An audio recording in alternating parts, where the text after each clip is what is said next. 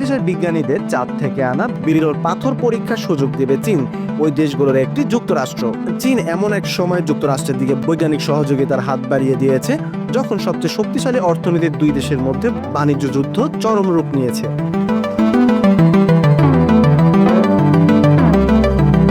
2020 সালে চীনের নভোযান চ্যাংই 5 চাঁদের ভূপৃষ্ঠ থেকে কিছু পাথর নিয়ে আসে।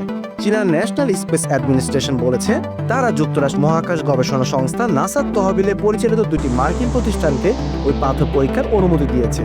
স্থানীয় এক গণমাধ্যমের খবর অনুযায়ী সিএনএস এর প্রধান শান জংদা বলেছেন, পাথরের ওই নমুনা মানব জাতির মধ্যে ভাগ করে নেওয়ার মতো সম্পদ।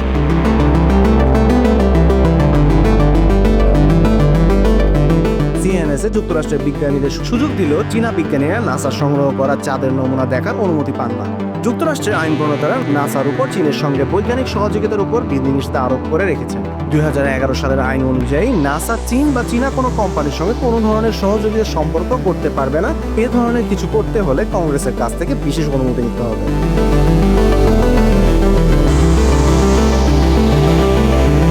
এ বিষয়ে জর্জ ওয়াশিংটন বিশ্ববিদ্যালয়ের তার স্পেস পলিসি ইনস্টিটিউটের সাবেক পরিচালক জন লক্সডন বিবিসিকে বলেছেন, চাঁদের পাথর বিনিময়ের সর্বশেষ ঘটনার সঙ্গে রাজনীতির সম্পর্ক খুবই সামান্য।